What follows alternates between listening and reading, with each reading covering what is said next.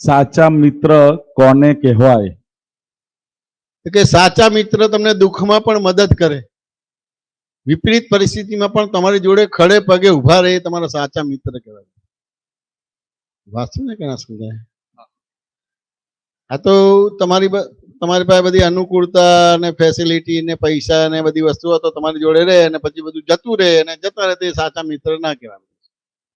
વાંચું ને તો કે તમારા દુઃખમાં પણ એ સહભાગી થાય, જેમ તમારા સુખમાં પણ એ સહભાગી થાય છે, દુઃખમાં પણ સહભાગી થાય, એ સાચા મિત્ર કહેવાય. ખરા મિત્રની ઓળખાણ શું હોય છે? ખરા મિત્ર તો પેલો જવાબ આપ્યો બરાબર છે કે બીજો જવાબ આપો? બીજો આપો ને મને. બીજો આપો. ખરા મિત્ર. પણ મિત્ર કેમ રાખવાની જરૂર પડે? આપણને શું કહેવાય, જ્યારે ખરાબ ટાઈમ ચાલતો હોય કે સારો ટાઈમ ચાલતો હોય ત્યારે આપણી સાથે કોઈ જે રીતે આપણે મા બાપ સાથે વાત કરી શકીએ એવી રીતે આપણે મિત્ર સાથે અલગ રીતે વાત કરી શકીએ. બધી વાત આપણે મા બાપ ની જોડે ના કરી શકીએ, અમુક વાત મિત્ર જોડે કરી શકીએ. હાલે અમુક વાત મિત્ર જોડે કરી શકે અને તું મા બાપ જોડે ના કરી શકે, વધારે સારું કે મા બાપ જોડે વધારે વાત કરે છે? વધારે સારું. વધારે સારું. મિત્ર જોડે કરે તો વધારે સારું. હા, તું મિત્ર જોડે વાત કરે છે એટલે કેને કે અજુગતું કરવાની વાત કરે છે, જે મા બાપને ના ગમે એવું કરવા માંગે છે, માટે તું મિત્રને વાત સમજાય કે ના સમજાય? એટલે એ રખડી મરીશ. તારા બધા જ પ્રોબ્લેમ નું સોલ્યુશન તારા મા બાપ છે, બીવાની જરૂર નથી રહેતી. વાત સમજાય ને? તો એને બીજી રીતે સમજીએ, મિત્રને આપણે બીજી રીતે સમજીએ. એક વોકર હોય, તું ચાલતો અને પડી ગયો અને ફ્રેક્ચર થઈ ગયો તો શેની જરૂર પડે તારે? વોકરની જરૂર પડે. વાત સમજાય ને? હવે વોકર છે એ વધારે સારું કે મિત્ર વધારે સારો? ત્યારે તો વોકર જ. વોકર વધારે સારું, એ જતું ના રહે. વાત સમજાય કે ના સમજાય? વોકરની વેલ્યુ વધારે છે. આ સમજાય ને? તો સૌથી નજીક તારી જોડે તારો મિત્ર છે કે તારા મા બાપ વધારે રહે છે? મા બાપ. એ બધા જ પ્રકારના રોલ કરે, મા બાપનો રોલ કરે, વોકરનો રોલ કરે, બધો જ રોલ કરી શકે. આ સમજાય કે ના સમજાય? મિત્ર સામે તો હોવો જોઈએ. આ સમજાય કે ના સમજાય? પણ મિત્ર કોણે બનાવવાનો છે એ સમજવાનો ભાગ રહે કે અમુક લેવલે તારા મા બાપ જ મિત્ર છે, અમુક લેવલે તારા મા બાપ જ તારા મા બાપ છે. વાત સમજાય કે ના સમજાય? એની સાપેક્ષા સમજવી પડશે. એની સાપેક્ષા એટલે શું છે કે આરો તારો જન્મ થયો તો આકાશમાંથી ટપકીને જન્મ થયો તો? ના. તો શેના આધારે તારો જન્મ થયો?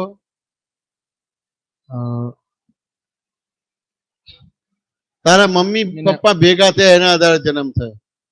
તારા મમ્મી પપ્પા ભેગા થયા એટલે એ તારા મમ્મી પપ્પા તો તારો પરિચય શું બને છે? કે હું એમના પ્રત્યે જ આવ્યો છું, એમનાથી. તો કે તારા મમ્મી પપ્પા બને એટલે તું એમનો દીકરો બન્યો. હવે દીકરો બન્યો અને 5-6 વર્ષ તારે સ્કૂલમાં દાખલ થયો અને ભણવામાં હોશિયાર છું, ડોક્ટર થાય તો પછી તું ડોક્ટર રહે અને દીકરા તરીકે જતો રહે કે દીકરા તરીકે રહે? દીકરા તરીકે રહું. તો તારા મા બાપ માટે દીકરો છું અને દર્દી માટે ડોક્ટર છું, મા બાપ માટે ડોક્ટર નથી. વાત સમજાય કે ના સમજાય? હવે ડોક્ટર થયો ને પગભર થયો ને લગ્ન થયા અને બેન્ડ વાજા વાગ્યા, એટલે સામેલી વ્યક્તિ તારી ધર્મ પત્ની બને છે, તો તું શું બને છે? પતિ. હસબન્ડ બને છે, પતિ બને છે. વાત સમજાય કે ના સમજાય? હવે તું પતિ બન્યો તો ડોક્ટર તરીકે જતો રહ્યો, દીકરા તરીકે જતો રહ્યો કે રહ્યો? ડોક્ટર તરીકે. આ ગુણધર્મ થી આ છું, આ ગુણધર્મ થી આ છું, આ ગુણધર્મ થી આ છું. 2 વર્ષ પછી બાળક થાય તો પપ્પા થાય કે ના થાય? મને થાય કે તારા પપ્પા છે કે છે ને? તો તારા પપ્પા થવાથી તું કેવી રીતે પપ્પા થયો? કે મારા પપ્પાને જે સંજોગ મળ્યા એ મને મળ્યા એટલે મારે બાળક થયું, હું પપ્પા થઈ ગયું. હતું ને? પણ છું એક જ ને? આવા ગુણધર્મથી, આવી સાપેક્ષાથી કોઈને દીકરો છું, આવા ગુણધર્મથી, આવી સાપેક્ષાથી ડોક્ટર છું, આવા ગુણધર્મથી, આવી સાપેક્ષાથી કોઈનો પતિ છું, આવા ગુણધર્મથી, આવી સાપેક્ષાથી કોઈનો ફાધર છું. તો તારા પરિચય કેટલા છે? એક જ? પણ છે બહુ બધા પરિચય. બહુ જ પરિચય છે. હવે આ તને સાપેક્ષા સમજ જઈ જાય તો આ અમુક વ્યવહાર આ જ વ્યક્તિ મા બાપ બને છે, અને આ સાપેક્ષા સમજાઈ જાય છે તો અમુક વ્યવહાર પછી આ મા બાપ જ તારો મિત્ર બની જશે. વાત સમજાય કે ના સમજાય? હા